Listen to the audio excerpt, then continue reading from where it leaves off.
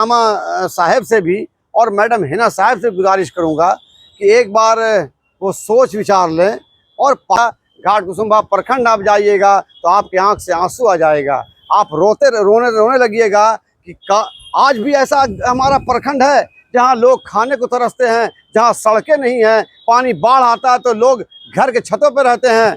मैंने जाकर के किश्ती पर, स्टीमर पर मैंने गल्ला बांटा है अपने भाइयों के बीच में, अपनी माताओं के बीच में। वो भूखी थी, बिलखती थी, मैंने बांटा है, वो मैं दुख समझता हूँ। लेकिन आज हिंदुस्तान आज़ाद हो गया, आज तक उस क्षेत्र का किसी ने विकास नहीं किया। सुनिए, मैं बता दूं, जेडीयू हो चाहे भाजपा हो चाहे लोजपा, हम लोग हम लोग एक गठबंधन के हम लोग हैं। तो शेखपुरा सीट आप सोच सकते हैं, लोग हमारे एमपी हैं अरुण भारती जी जमुई लोकसभा के, तो शेखपुरा सीट तो बनता ही बनता है। अभी तो सीट का बंटवारा भी नहीं हुआ है तो मुहर कैसे लग जाएगी। लेकिन यह है कि दावेदार तो हम हैं, इसलिए कि लोजपा में मैंने चुनाव लड़ा है वहाँ से, और 5 साल जब मैंने चुनाव में हार गया, मैं तीसरे पोजीशन पे था, जब मैं चुनाव हार गया तो हारने के बाद मैं वहाँ जन जन कन कन, हर मजलूम, हर गरीब, हर दुखियार, हर वो सुख दुख में मैं जनता के सामने शामिल होता रहा। हमारी जनता मालिक मुझे बुला रही है, शेखपुरा की जनता पुकार के बोल रही है कि इमाम गजाली आप विधानसभा में आइए ताकि शेखपुरा की स्थिति सही हो। शेखपुरा में 10 साल तक विधायक रहे, वहाँ पे जदयू के रहे विधायक 10 साल, अभी 5 साल इससे अभी वो राजद के विधायक हैं। लेकिन आप शेखपुरा विधानसभा जाइएगा, घाटकुसुम्भा प्रखंड आप जाइएगा तो आपकी आंख से आंसू आ जाएगा। आप रोने लगिएगा कि आज भी ऐसा हमारा प्रखंड है जहां लोग खाने को तरसते हैं, जहां सड़कें नहीं हैं, पानी बाढ़ आता है तो लोग घर के छतों पर रहते हैं। मैंने जाकर के किश्ती पर, स्टीमर पर मैंने गल्ला बांटा है अपने भाइयों के बीच में, अपनी माताओं के बीच में। वो भूखी थी, बिलखती थी, मैंने बांटा है, वो मैं दुख समझता हूँ। लेकिन आज हिंदुस्तान आज़ाद हो गया, आज तक उस क्षेत्र का किसी ने विकास नहीं किया। सुनिए, मैं बता दूं, जेडीयू हो चाहे भाजपा हो चाहे लोजपा, हम लोग हम लोग एक गठबंधन के हम लोग हैं। तो शेखपुरा सीट आप सोच सकते हैं, लोग हमारे एमपी हैं अरुण भारती जी जमुई लोकसभा के, तो शेखपुरा सीट तो बनता ही बनता है। और शेखपुरा सीट के लिए हम लोग दबाव देंगे कि यहाँ लोक जनशक्ति पार्टी चुनाव लड़े शेखपुरा।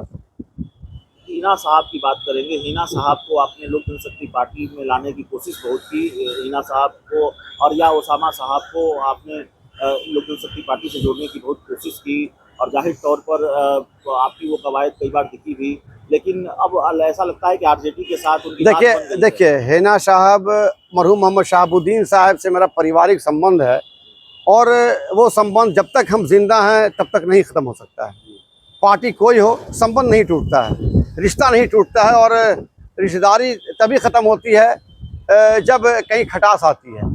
तो मैं अपने को फ़ख्र करता हूँ कि मरहूम के जाने के बाद, मरहूम मोहम्मद शहाबुद्दीन साहब के इस दुनिया से कूच करने के बाद मेरा रिश्ता और मुस्तहकम हो गया उस परिवार से। मैं तो चाहूँगा, आपके चैनल के माध्यम से मैं उनको दावत दूंगा कि आप लोजपा में आइए, कहाँ पर आरजेडी में जाइएगा। मैं तो उनको दावत दूंगा कि चिराग पासवान भावी मुख्यमंत्री है, और मैं भी सुन रहा हूँ कि रिपोर्ट है, लेकिन जो यूथ ब्रांड है ओसामा बाबू हमारे, मैं भी चाहूँगा कि वो एक बार लोजपा का दामन थामे।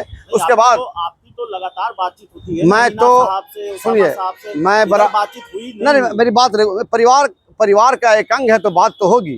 तबीयत ख़राब उनकी थी बीच में, अल्लाह उनको सेहतमंद रखे और हमेशा उनका साया लोगों पे बरकरार रखे। हिना साहब एक आवाज़ हैं, हिना साहब एक पुकार हैं, हिना साहब एक रास्ता हैं।